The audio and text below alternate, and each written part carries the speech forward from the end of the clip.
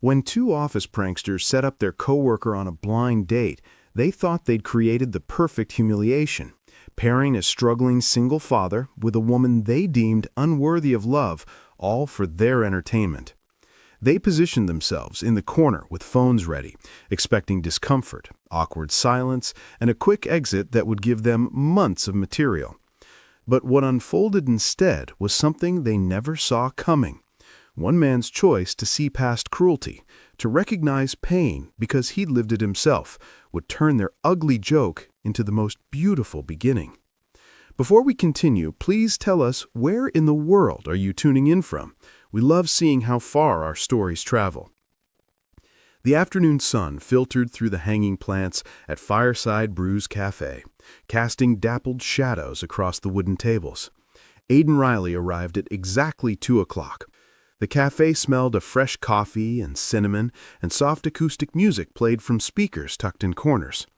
He chose a table with a view of the door, his leg bouncing under the table in a rhythm that matched his racing heart. 4 years. It had been 4 years since he'd done anything like this. He glanced at his phone. 2:03 p.m. Across the cafe, partially hidden behind newspapers that seemed oddly anachronistic for 2019, sat Jasper Lane and Kyle Patterson. Aidan noticed them, but thought nothing of it. Columbus wasn't that big. Running into coworkers on weekends happened. At 2:05, the door opened. Aurora Hayes stepped inside, her blonde hair pulled back in a neat bun, wearing a dress that she'd probably changed 3 times before leaving her apartment. Aidan recognized her immediately. Elevator rides, passing in hallways, the occasional nod across the office cafeteria, and her eyes swept the cafe with a mixture of hope and barely concealed anxiety.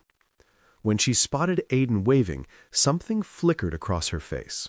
Relief, confusion, fear. She approached slowly, clutching her purse like a shield. "Aidan?" Her voice was soft, uncertain. It's nice to officially meet you." Aidan stood immediately, pulling out her chair. "Please, sit down. Thank you for agreeing to meet me." She sat, and up close he could see the tension in her shoulders, the way her hands trembled slightly as she set her purse down. "I was surprised when I heard you'd asked about me. We've never really talked before." Something in her tone struck him. A warning bell. "Asked about you?" Aidan leaned forward slightly. "Aurora, I'm going to be honest with you. Jasper and Kyle set this up. They told me they had a friend who might be interested in coffee. They didn't tell me it was you specifically, though I'm glad it is." He watched the words land, watched understanding dawn in her eyes as she glanced toward the corner where Jasper and Kyle sat, phones angled just so. The blood drained from her face. "Oh," the word came out small, broken.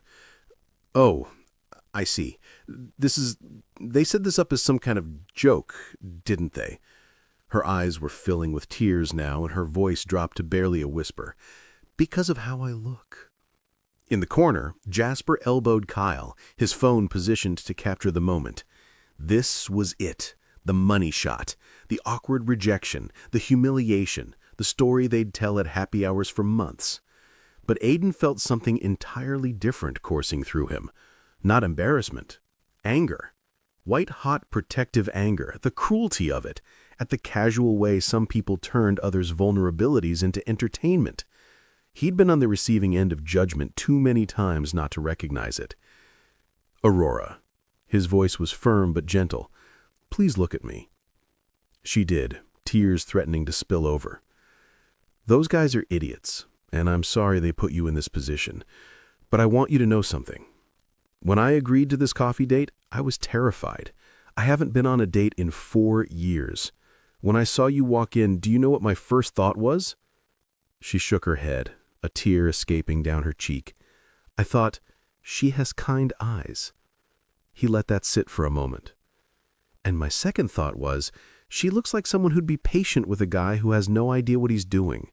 And my third thought was, I really hope I didn't wear the wrong thing." A laugh bubbled through her tears, small but genuine. Aiden glanced toward the corner where Jasper and Kyle sat, then back to Aurora.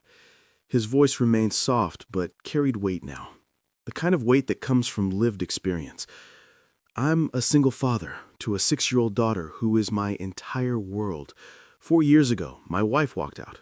Just left one morning with a note that said she couldn't do this anymore. The divorce papers came 3 months later, forwarded from California, where she'd moved for a career opportunity. Aurora's tears stopped, replaced by attention, by recognition of shared pain. When that happened, people made assumptions. Some thought I must have been a bad husband. Others assumed I couldn't possibly raise a little girl on my own. I'd overhear conversations at work. Poor guy, they'd say, like I was broken. Or worse, what did he do to make her leave? He paused, his jaw tight with the memory. So, I learned something important, Aurora. The only opinions that matter are the ones from people who take the time to know who you actually are. And right now, those 2 idiots in the corner, he didn't look at them, their opinions are worth exactly nothing. Aurora wiped her eyes with a napkin, her breathing steadying. I'm sorry about your wife, she said quietly. That must have been incredibly hard. Thank you. Aiden leaned back slightly, giving her space to breathe. And I'm sorry about today, about being pulled into whatever game they thought they were playing. But here's the thing, Aurora. We're already here. We both took time out of our Saturdays. He smiled, and it was genuine, reaching his eyes in a way that transformed his face from tired to warm. And I actually would really like to have coffee with you if you're willing to stay. Not because of them, not because of anything except that I genuinely like to get to know you. No pressure, no expectations, just 2 people who could probably both use a friend. The cafe seemed to hold its breath. In the corner, Jasper's satisfied smirk had faded. This wasn't going according to plan. Kyle shifted uncomfortably, suddenly aware that other patrons were watching, that their phones and newspapers weren't as subtle as they'd thought. Aurora stared at Aiden for a long moment. He could see her weighing it. The risk of staying, of believing him, of opening herself up to potential hurt. But he could also see something else in her eyes. Hope. The fragile, tentative kind that's been beaten down but refuses to die completely. Finally, she smiled. A real, genuine smile that transformed her entire face. Okay, she said. Yes, I'd like that. And Aiden? She met his eyes directly. Thank you for seeing me. Thank you for giving me a chance. They ordered coffee, a caramel latte for Aurora, black coffee for Aiden, and shared a plate of cranberry scones. The conversation that followed was easier than either expected, flowing naturally despite the awkward beginning. So, accounting. How'd you end up in that field? Aurora's eyes brightened, the way people's do when asked about something they genuinely care about. I love numbers. They're predictable, reliable.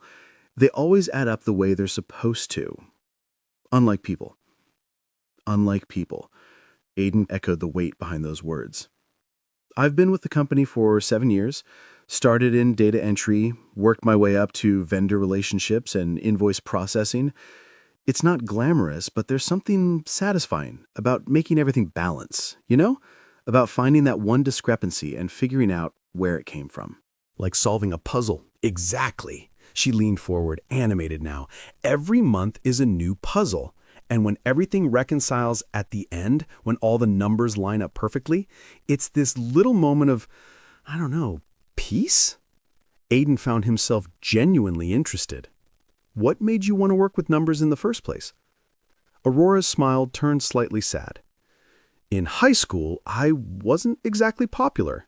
I spent a lot of time in the library, and I discovered I was really good at math. It was one thing I could control, one thing that didn't judge me based on how I looked. 2 + 2 always equals 4, whether you're pretty or not. The honesty of it hit Aiden hard. He set down his coffee cup. For what it's worth, I think you're beautiful. But more than that, I think people who judge books by their covers miss out on the best stories. Aurora's eyes welled up again, but these were different tears. Tell me about your daughter. What's her name? Delilah. She's 6 years old and she's She's everything. This morning, I took her to ballet class. She's the smallest one there, but she makes up for it with enthusiasm. She spins in the wrong direction half the time, but she does it with complete confidence. Aurora laughed. She sounds precious. She has these mispronunciations that just kill me. She calls spaghetti paschetti and asks for animal crackers at snack time. Yesterday, she told me she wants to be an animal doctor when she grows up because our neighbor's cat had kittens. He paused, his expression softening with memory. She has a tea party every Sunday afternoon with her stuffed animals, complete with different voices and detailed conversations about who has the best manners. Does she know you're here today? I nodded. I dropped her off with my mom before coming here. We have a tradition, pinky promises for everything important. Before I left, she made me promise to pick her up after and get ice cream. I glanced at my watch, surprised to see it was past 3:30. Actually, I should probably text my mom that I'm running a bit late. Don't let me keep you if you need to go, Aurora said quickly. Oh, it's fine. Mom loves spending time with her. I just don't want to be rude. He sent a quick text, then pocketed his phone and looked back at Aurora with a question in his eyes. What do you do outside of work? Besides accounting magic, I mean. I bake, Aurora's smile returned. Elaborate cakes, mostly. I taught myself through online videos and a lot of trial and error. Last month, I made a castle cake for my niece's birthday. 4 layers, fondant turrets, the whole thing. Took me an entire weekend, but her face when she saw it... She trailed off, eyes distant with the memory. That's what makes it worth it. That's incredible. I can barely manage box mix brownies without burning them. It's all about patience and following instructions. Kind of like raising a daughter, I imagine. Aiden laughed. If only Delilah tame with instructions. Sometimes I feel like I'm figuring it out as I go. Last week she asked me why the sky is blue, and I gave her this whole explanation about light wavelengths and atmosphere. She listened very seriously, then said, Daddy, I think it's blue because that's its favorite color. Smart kid. Too smart sometimes. She asks questions I don't have answers for, like why her mom left. That's the one I still don't know how to answer. There it was, the opening to the deeper story, the wound that hadn't fully healed. You don't have to talk about it if you don't want to, Aurora said gently. No, it's okay. It's part of who I am now. Aiden took a breath. Delilah was 2 when my wife left, just 2 years old. I came home from work one day and there was a note on the kitchen counter. I can't do this anymore. I'm sorry. That was it. She'd packed her things while I was at work, while Delilah was at daycare. Didn't say goodbye to either of us. That's horrible. The first year was the hardest. Delilah kept asking when Mommy was coming home. How do you explain to a 2-year-old that Mommy chose to leave, that she chose something else over us? He blinked hard. Eventually, she stopped asking.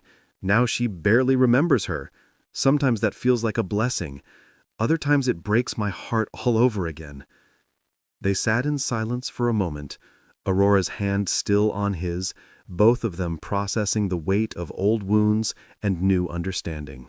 You're a good father, Aurora said finally. That's clear from how you talk about her. Some people would have been bitter, would have let that pain turn them cold. But you didn't. I had to be better. For her.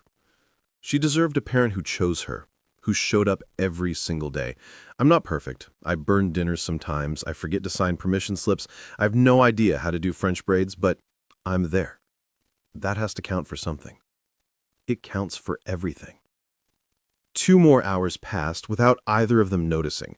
Jasper and Kyle had left long ago, their joke having spectacularly backfired, their phones full of footage they'd never use.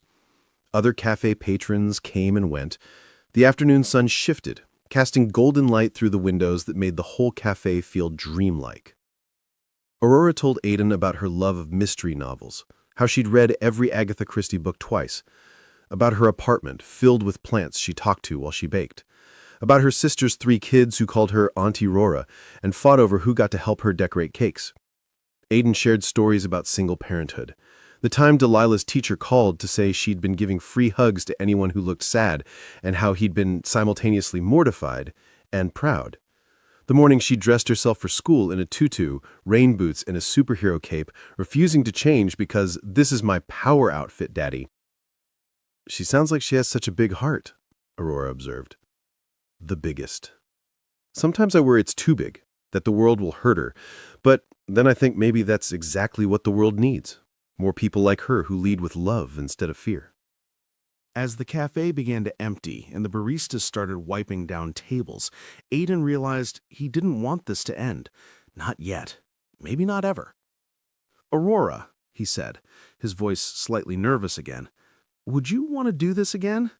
Maybe next time we could actually get dinner?" Hope bloomed across Aurora's face. "I'd really like that, Aiden. I'd like that a lot. And eventually, no pressure, only when you're comfortable, I'd like you to meet Delilah, if that's something you'd be open to. I'd be honored." They exchanged numbers, fingers fumbling slightly with phones as they saved each other's contacts. As they walked out of Fireside Brew's cafe, the evening air cool against their faces, Aiden felt something he hadn't experienced in 4 years. Hope. Not the desperate kind that clings to any possibility, but the quiet, steady kind that says, maybe, just maybe, good things are still possible. Monday morning arrived with the subtlety of a freight train. Aiden walked into the office at his usual time, coffee in hand, mentally preparing for the fallout from Saturday. He didn't have to wait long. Jasper and Kyle were already at their desks, but something was different. They kept their heads down, avoided eye contact. The usual morning banter was conspicuously absent. By 10 o'clock, whispers had spread through the entire office. Multiple coworkers had been at Fireside Brews that Saturday. They'd witnessed the setup, watched Aiden's response, and seen the cruel joke transform into something else entirely. And unlike Jasper and Kyle, these coworkers had phones too, and Instagram accounts, Facebook pages, Twitter feeds. By lunchtime, Mrs. Wallace called Jasper and Kyle into her office. Aiden was at his desk reviewing shipping manifests when he heard raised voices through the closed door. Mrs. Wallace's voice, though muffled, carried the unmistakable tone of severe disappointment. 20 minutes later, both men emerged looking pale. "Aiden?" Mrs. Wallace called from her doorway. "Could I see you for a moment?" Aiden set down his coffee and headed to her office, uncertain what to expect. "Close the door, please." Mrs. Wallace gestured to a chair. She was in her 50s, a no-nonsense woman who'd been with the company for 2 decades. "I want to apologize. I encouraged you to go on that date last week without knowing the full context. I've since learned about the prank that was planned." "It's okay, Mrs. Wallace. It actually turned out it's not okay." Her voice was firm. "What those two did was harassment, not just of you, but of Ms. Hayes in accounting.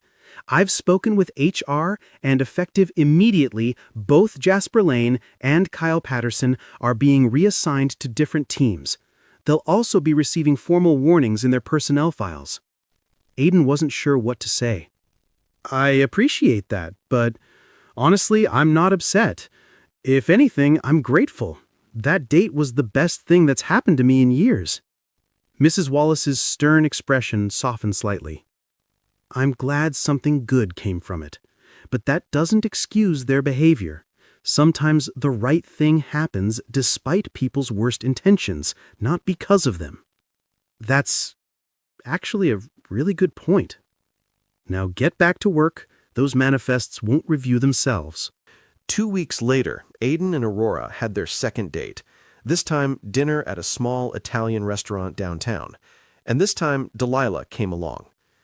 Aiden had been nervous about it, had spent an hour trying to explain to his 6-year-old daughter that Miss Aurora from Daddy's work was coming to dinner, and it was very important that Delilah be on her best behavior.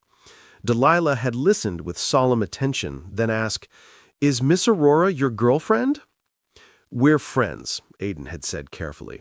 "Good friends, and I'd like you to meet her." "Does she like Paschetti?" I don't know, sweetheart. We'll have to ask her. Now, sitting in a corner booth at Mama Rosa's, Aiden watched as Aurora and Delilah met for the first time. Aurora had arrived early, looking nervous. Delilah had burst through the door in her typical fashion, backpack bouncing, pigtails slightly askew, chattering before she'd even reached the table. "Miss Aurora, Daddy says you work with numbers and make really good cakes. I like cakes. Last birthday I had a princess cake with pink flowers, but next birthday I want a unicorn cake with rainbow colors and maybe glitter if that's okay." Aurora laughed, genuine and delighted. "A unicorn cake sounds absolutely perfect. What's your favorite color for the main?" "Purple. No, wait, blue. No, actually all the colors." "All the colors it is."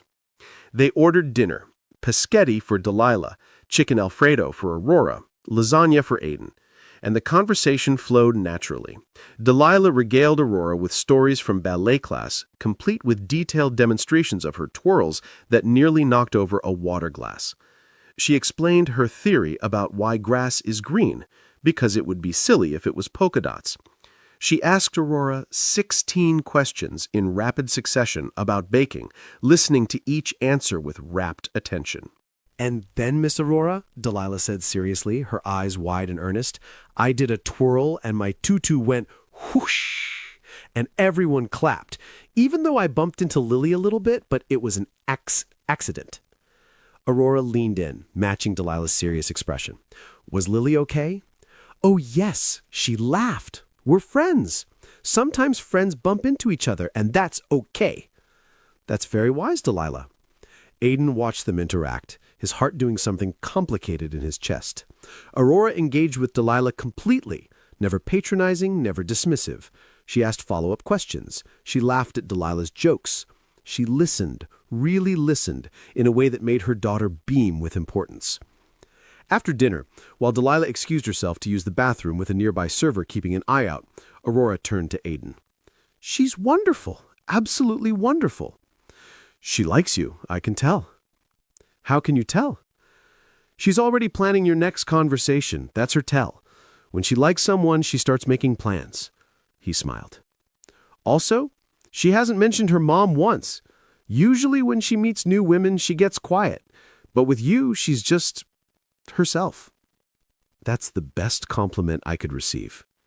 3 months into dating, Aurora came to Delilah's dance recital. She sat in the audience between Aiden and his mother Carol, watching as 6-year-olds in pink tutus perform to Somewhere Over the Rainbow. Delilah was in the second row, her honey-brown pigtails bouncing as she executed her routine. She nailed every step until the final arabesque when she wobbled slightly, but recovered with such determination that the audience couldn't help but applaud. Aurora cheered the loudest. She was on her feet before the music even ended, clapping so hard her hands turned red.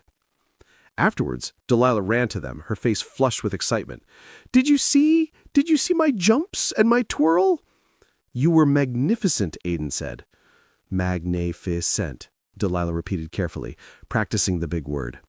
"That means absolutely wonderful," Aurora added, kneeling to Delilah's height. "You worked so hard, and it showed. I'm so proud of you." Delilah threw her arms around Aurora's neck, a spontaneous gesture of pure affection. Over his daughter's shoulder, Aurora met Aiden's eyes, and he saw tears there, happy ones this time. For Delilah's 7th birthday in November, Aurora outdid herself. She spent an entire weekend creating an elaborate unicorn cake, 4 tiers, fondant mane in every color Delilah had requested, edible glitter that sparkled under the lights, and a chocolate horn wrapped in gold leaf. When Delilah saw it, she screamed, an actual joy-filled scream that had every parent at the party covering their ears and laughing. "It's the most beautiful thing I've ever seen," Delilah breathed, her eyes wide as saucers. "Miss Aurora, you're magic." "Not magic, sweetie, just practice and a lot of love. Can we take a picture with it before we cut it? I want to remember it forever." They took about 30 pictures, Delilah posing with the cake from every angle, Aurora and Delilah together, Aiden joining them, even a few with all the party guests. The cake was almost too beautiful to eat. Almost. Winter came, bringing snow and weekend traditions. Aurora joined Aiden and Delilah for their Saturday morning pancake breakfasts. She taught Delilah how to identify birds at the park, Cardinals, blue jays, robins. They built snowmen in Aiden's small backyard, complete with carrot noses and scarves. One February evening, after Delilah had gone to bed, Aiden and Aurora sat on his couch, hot chocolate warming their hands. "She asked me something today," Aurora said softly, "when you were loading the dishwasher." "What did she ask?" "She wanted to know if I was staying. Not just for the day, if I was staying with you, with both of you." Aiden's heart thumped hard. "What did you tell her?" "I told her that I hoped so, that I cared about both of you very much, and that if you'd have me, I'd like to be part of your family." Aurora looked at him, vulnerability written across her face. "Was that okay? I didn't want to overstep." Aiden set down his mug and took her hands in his. "Aurora, you're not overstepping. You're exactly where you're supposed to be. I know we've only been doing this for a few months, but it feels right. You feel right. Here with us." "I love her," Aurora whispered. "I know that might be too soon to say, but I do, and I love you. I love you too. So much." They kissed, soft and sweet, the kind of kiss that promises tomorrow and the day after that and all the days beyond that. 1 year after that first coffee date, Aiden and Aurora returned to Fireside Brews Cafe. Delilah was at a sleepover with her best friend Emma, giving them a rare evening alone. They sat at the same table where they'd met, ordered the same drinks, caramel latte and black coffee, and shared a plate of cranberry scones. "Do you ever think about that day?" Aurora asked, stirring her latte. "About how terrible it could have been?" "I think about how close I came to missing out on the best thing that ever happened to me. Well, second best. Delilah's still number one." Aurora laughed, as she should be. "But here's what I really think about," Aiden continued, his voice taking on weight. "Those guys thought they were teaching us a lesson about knowing our place, about limiting our expectations. They wanted to prove that people like you and me should stay in our lanes, accept the cruelty of the world as inevitable. But what they actually did was give two people who deserved happiness a chance to find it." He reached across the table, taking her hand. "They thought they were exposing something ugly. Instead, they revealed something beautiful. They revealed that kindness is stronger than cruelty, that choosing to see someone, really see them, can change everything." Aurora squeezed his hand, tears welling in her eyes, but these were tears of joy, not pain. "You know what Delilah told me yesterday?" "What?" "She said, 'Miss Aurora, you're not my daddy's girlfriend anymore. You're my bonus mommy.' She learned that term from a book at school about different kinds of families." Aiden felt his own eyes water. "What did you say?" "I told her that was the greatest honor anyone had ever given me. Because it's true, Aiden. She's my bonus daughter. You're both my family now. The family I never thought I'd have." "Will you marry me?" The question came out before Aiden had fully planned it, spontaneous and raw and absolutely right. He hadn't brought a ring, hadn't prepared a speech, but sitting in this cafe where everything began, with the woman who'd changed his and his daughter's lives, it felt like the only question that mattered. Aurora's tears spilled over. Yes, yes, absolutely yes. They kissed across the table, both of them crying now, both of them laughing, both of them aware that other cafe patrons were watching and probably wondering what had just happened. When they finally pulled apart, Aurora wiped her eyes and smiled. "We should probably call Delilah. She'll want to know. She's going to lose her mind, in the best way." Aiden pulled out his phone and dialed.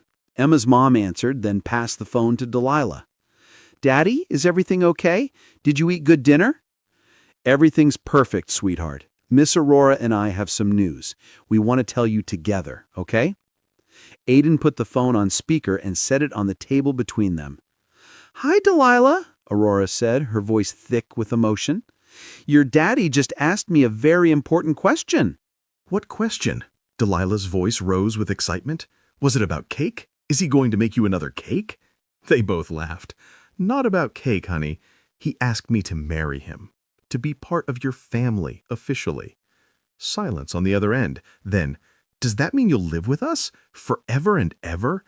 If that's okay with you, Aurora said gently. I know it's a big change. Are you kidding? That's the best news ever. Emma, guess what? My bonus mommy is going to be my real mommy too. Well, my other real mommy. I have the most mommies of anyone. They could hear Emma shrieking in the background, Delilah's excited chatter continuing in a rush of words. Finally, Emma's mom came back on. I take it congratulations are in order.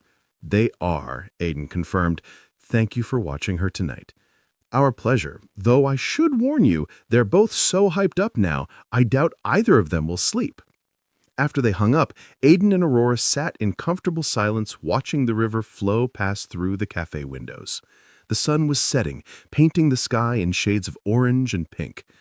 You know, Aurora said softly, a year ago, I walked through that door expecting humiliation, expecting to be the punchline of someone's cruel joke. And instead, I found home. Aiden pulled her close, kissing the top of her head. We both did. 6 months later, on a sunny May afternoon, Aiden and Aurora got married in a small ceremony at a park by the river. Delilah served as flower girl, taking her duties so seriously that she counted each petal as she dropped it down the aisle. She wore a white dress with sparkles and had insisted on wearing her favorite sneakers underneath, just in case we need to run. The guest list was small: Aiden's mother Carol, Aurora's sister and her family, close friends from work, and a few neighbors who'd watched their love story unfold over the past 18 months. When Aurora walked down the aisle, Delilah whispered loudly, "Daddy, she looks like a princess!" She does, sweetheart. She absolutely does. They wrote their own vows. Aurora promised to always save Delilah the biggest piece of cake, to attend every dance recital no matter how busy life got, and to love them both through every season. Aiden promised to see Aurora exactly as she was, beautiful, brilliant, irreplaceable, and to build a life where none of them ever felt invisible again. When the officiant pronounced them married, Delilah cheered so loud that nearby birds took flight. At the reception, held in a restaurant overlooking the river, Aiden gave a toast. A wise person once told me that sometimes the right thing happens despite people's worst intentions, not because of them. My wife and I, he paused, savoring those words, we're proof of that. Two people thought they could make us feel small, but what they didn't realize is that kindness is stronger than cruelty, that choosing to show up with grace, choosing to see someone when the world tries to make them invisible, that's where real love begins. He looked at Aurora, then at Delilah, who was spinning in circles in her flower girl dress, making it flare out. We're a family built on truth, on choosing each other every single day, on understanding that love isn't about finding someone perfect, it's about finding someone who chooses to stay even when things are hard, especially when things are hard. Aurora stood, joining him. And to everyone here, thank you for celebrating this with us. Thank you for being part of our story. Delilah tugged on Aurora's dress. Can I say something too? Of course, sweetheart. Delilah climbed onto a chair so everyone could see her. I just want to say that I have the best bonus mommy in the whole world. She makes the best cakes, she knows all the bird names, and she gives really good hugs, and I love her so, so much. There wasn't a dry eye in the room. As the evening wound down and fairy lights twinkled overhead, Aiden, Aurora, and Delilah stood together by the river. The same river that had flowed past Fireside Brew's Cafe 18 months ago, witness to a cruel joke that became the most beautiful beginning. Are you happy, Daddy? Delilah asked, holding both their hands. Happier than I ever been, Pumpkin. Me too. This is the best family ever. Aurora knelt down, pulling Delilah into a hug. You know what the best part is? We chose each other. Every single one of us chose this. That's what makes it special. Delilah thought about this seriously, then nodded. Yeah, choosing is important, like when I choose chocolate ice cream instead of vanilla. It's better, because I picked it. They laughed, the sound carrying across the water, mixing with the evening breeze and the soft murmur of celebration behind them. Sometimes the best love stories don't start with love at first sight or grand romantic gestures. Sometimes they start with a choice a choice to see past cruelty, to recognize pain because you've lived it yourself, to extend grace when the world expects judgment. Sometimes they start with two broken people finding out they fit together perfectly. With a 6-year-old girl who has room in her heart for everyone who loves her daddy. With a single father who learned that his worth isn't determined by who chose to leave, but who chooses to stay. And sometimes the best love stories start in a cafe on an ordinary Saturday afternoon when someone decides that the only opinions that matter are the ones from people who take the time to know who you really are. Aiden, Aurora, and Delilah walked back to their celebration, hand in hand in hand, a family that wasn't supposed to exist, but did anyway. Beautiful, imperfect, and absolutely real. Because at the end of the day, that's what love is. Choosing to show up, choosing to stay, choosing to see someone exactly as they are, and deciding that's more than enough. It's always been more than enough.